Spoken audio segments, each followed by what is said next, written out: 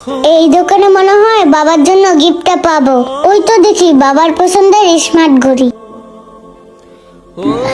Uncle, এই ঘড়িটার দাম কত? কিরে পিচ্ছি, তুই নিবি এই ঘড়ি?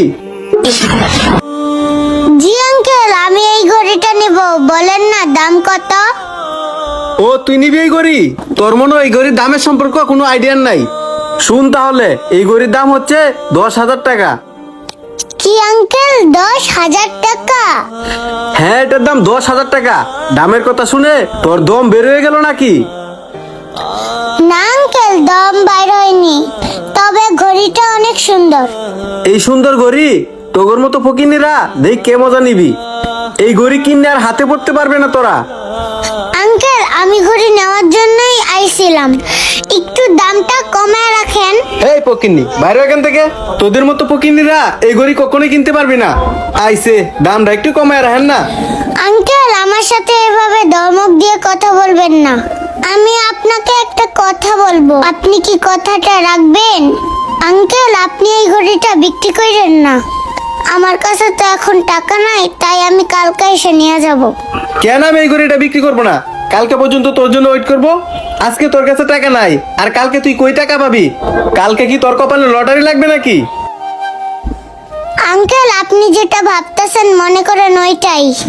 আপনি এই ঘড়িটা রাইখা দিয়েন, কালকে এসে আমি সত্যি নিয়ে যাব। আহ, আঙ্কেল, এই ঘড়িটা কালকে পর্যন্ত রাইখা দেন। কথার বেলা তো চটং চটং কথা বলিস। তুই এই ঘড়ি নিতে পারবি? এই ঘড়ির দাম 10,000 টাকা। আর দেখ, বেশি কথা বলিস না। তুই এখান থেকে বের হ। এখন আমার বেচা কেনার সময়, ডিস্টার্ব করিস না। আঙ্কেল, আমি বললাম তো কালকে এসে টাকা দিয়ে ওই ঘড়িটা আমি নিয়ে যাব। দয়া করে আঙ্কেল, এই ঘড়িটা কারো কাছে বিক্রি করবেন না। আচ্ছা, তুই যেহেতু এত রিকোয়েস্ট করে বলতেছস, তাহলে এখন তুই যা। কালকেরটা কালকে দেখা যাবে। আচ্ছা ঠিক আছে আঙ্কেল, আমি এখন আসি।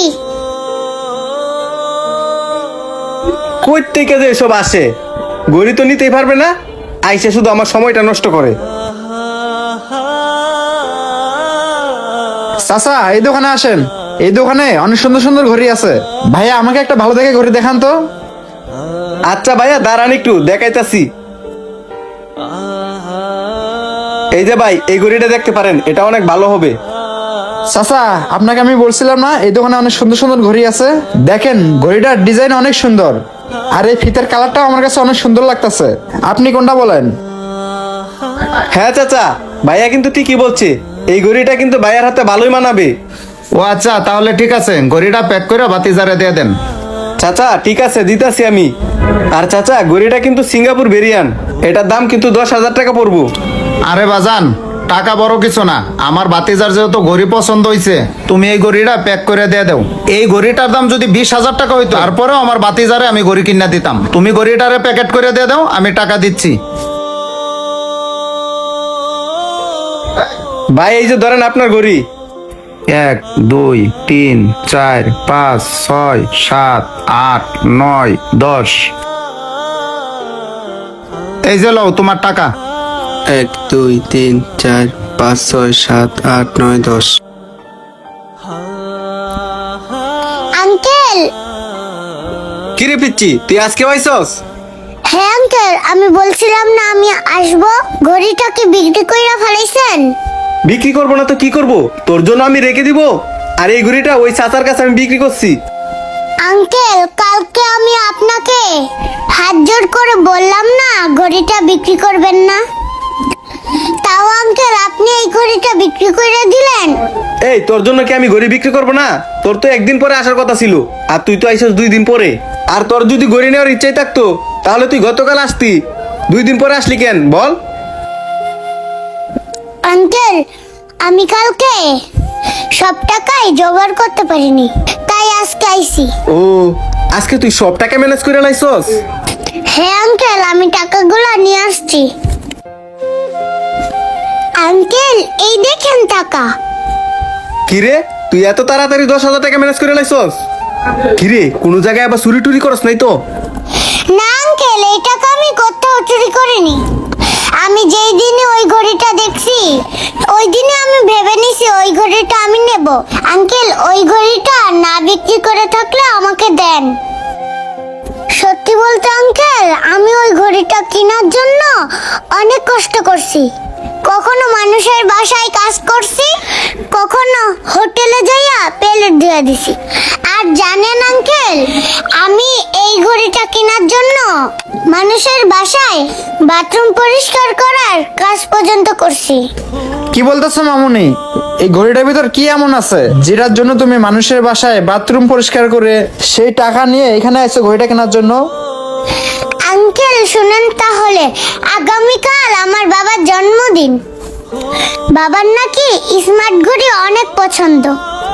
তাই আঙ্কেল, আমি আমার বাবার জন্মদিনে এই ঘড়িটা উপহার দিতে চাইছিলাম।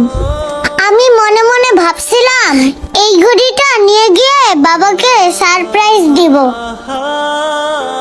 বাবা, তুমি তো দেখতেছি মনে মনে অনেক সুন্দর একটা চিন্তা ভাবনা করে রাখছো। তুমি মনে হয় তোমার বাবাকে অনেক ভালোবাসো না, তাই ঘড়িটা এভাবে সারপ্রাইজ দিতে চাইছিলা?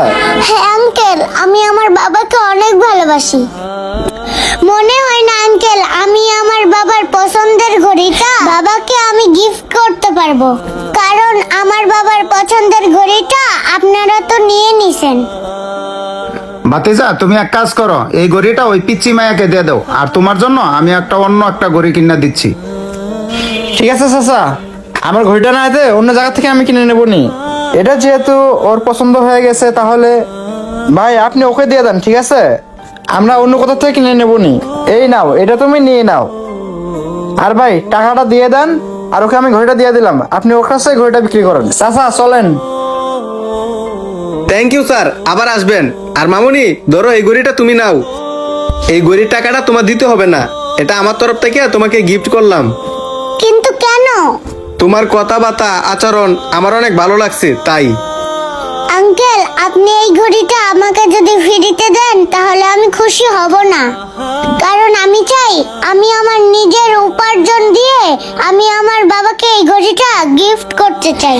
আঙ্কেল, আপনি যদি এই টাকাগুলো রেখে আমাকে এই ঘড়িটা দেন তাহলে আমি অনেক খুশি হব। আচ্ছা মামুনি, ঠিক আছে, তুমি যেহেতু এত করে বলতেছো, তুমি যখন ফ্রিতে নিবা না, তাহলে টাকাটা দাও, আর এই ঘড়িটা তুমি নেও। আচ্ছা ঠিক আছে আঙ্কেল, তাহলে আমি এখন যাই। আসসালামু আলাইকুম বন্ধুরা, আমাদের ভিডিওটি ভালো লাগলে অবশ্যই লাইক কমেন্ট শেয়ার করে সকলকে দেখার সুযোগ করে দেবেন। ধন্যবাদ সবাইকে।